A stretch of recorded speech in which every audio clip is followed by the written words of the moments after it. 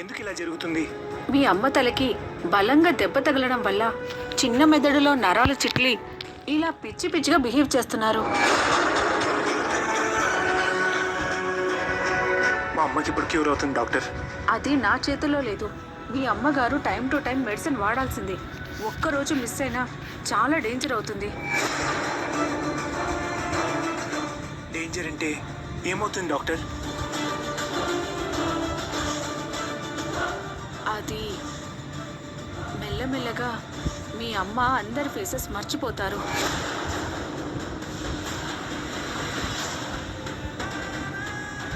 ఒకరిని చూసి ఇంకొకరు అనుకుంటారు. తను ఊహించుకుందే నిజమని అన్నట్టు మాట్లాడుతుంది. మీరు చెప్పిన దాన్ని బట్టి చూస్తుంటే ఆల్రెడీ ఆ సిమ్టమ్స్ స్టార్ట్ అయినట్టు అనిపిస్తుంది.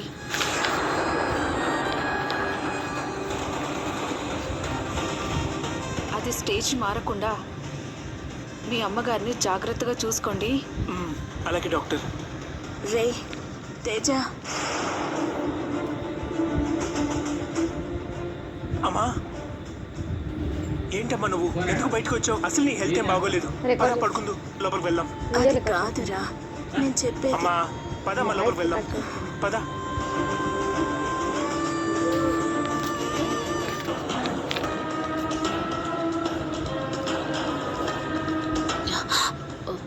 మీ మాటలు మా అత్తయ్య విందా?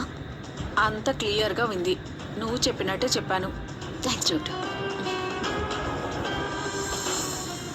గుడ్. ఇంక నువ్వు వెళ్ళొచ్చా?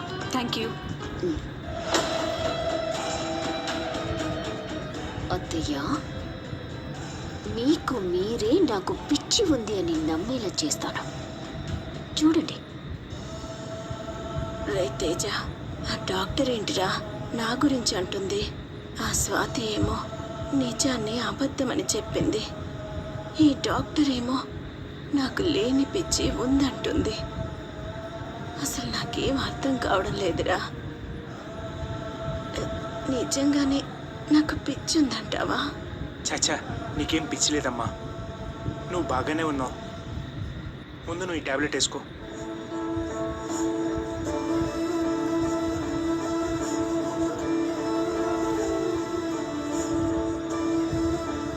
వేసుకోమా.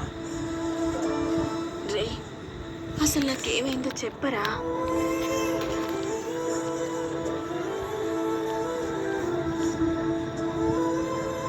అంతా చెప్తానమ్మా. నీ తలకి తగిలిన దెబ్బ వల్ల, నీ బ్రెయిన్లో నరాలకి జరిగిన డ్యామేజ్ వల్ల నువ్వు మనుషుల్ని పోల్చుకోవడం మర్చిపోతున్నావట. ఎవరినైనా నువ్వు చెడ్డవాళ్ళనుకుంటే వాళ్ళ మీద నీ ఒపీనియన్ అలాగే ఉంటుందట. నువ్వు ఊహించుకునేది నిజం అనుకుని అలా మాట్లాడతావంటమ్మా. నిజమా? అవునమ్మా. నీ తలకు దెబ్బ తగిలి నువ్వు స్పృహలో లేనప్పుడు మేము నీకు చాలా స్కానింగ్ చేయించాం. ఆ రిపోర్ట్ చూసి డాక్టర్ గారు అలా చెప్తున్నారు. కొన్నాళ్ళు ఈ ట్యాబ్లెట్ నువ్వు మిస్ అవ్వకుండా వేసుకుంటే అంతా సెట్ అయిపోతుందని డాక్టర్ గారు చెప్పారు. నిజంగా నాకు నయం అవుతుందంటావారా? నేను నీ కొడుకునమ్మా, నా మాట కూడా నువ్వు నమ్మవా? నీ మాట నమ్ముతాన్రా. అయితే ఈ ట్యాబ్లెట్ వేసుకో, నువ్వు మునుపటి అమ్మలా ఉంటావు.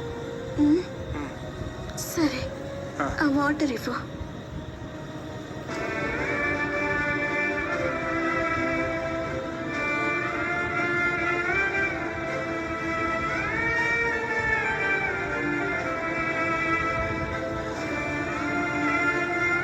పడుకోమ్మా, పడుకో.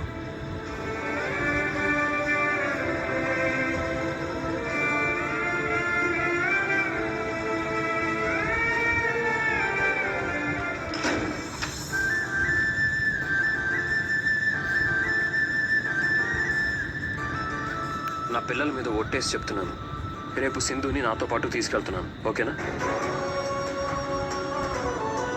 నిజంగా మా అమ్మ సింధుని మా ఇంట్లో మాతో పాటు ఉండడానికి ఒప్పుకోకపోతే నేను కూడా ఆ ఇంట్లో ఉండను. నన్ను తీసుకెళ్ళడానికి యశ్ ఒప్పుకున్నా. అత్తయ్య ఎట్టి పరిస్థితుల్లోనూ నన్ను ఆ ఇంట్లో ఉండడానికి ఒప్పుకోదు. ఇప్పుడు నేను వెళ్తే మళ్ళీ అక్కడ అత్తయ్యతో లేనిపోని గొడవలు అవుతాయి. ఇప్పుడు నేనేం చేయాలి? యష్ని పిల్లల్ని మావయ్యని వెళ్ళమని చెప్తే అదే కరెక్ట్. సింధు ఏంటి ఇలాగే కూర్చున్నాను? ఇవాళ మనం వెళ్తున్నాం రాత్రి చెప్పాను కదా, ఇంకా బట్టలు ఎందుకు సర్దుకోలేదు? త్వరగా సర్దే అమ్మా. నాన్నతో పాటు కలిసి వెళ్ళిపోదాం. యష్, తొందరపడకుండా నిదానంగా ఆలోచించు. అసలే అత్తయ్య నా మీద కోపంగా ఉన్నారు. ఇప్పుడు నేను మీతో వస్తే అత్తయ్యని ఇంకా డిస్టర్బ్ చేసిందని అవుతాను. నా మాట విని నువ్వు మావయ్య పిల్లలు వెళ్ళండి. నేనేం ఫీల్ అవ్వను. నువ్వే కదా సింధు, నేను వస్తేనే నాతో పాటు పిల్లలు కూడా వస్తారన్నావు. మళ్ళీ ఇప్పుడు ఎందుకు ఇలా మాట్లాడుతున్నావు? నేను ఆ మాట అన్నాను యష్, కాదన్నా లేదు. కానీ నేను ఇప్పుడు మీతో పాటు రావడానికి పరిస్థితులు అనుకూలంగా లేవు యష్.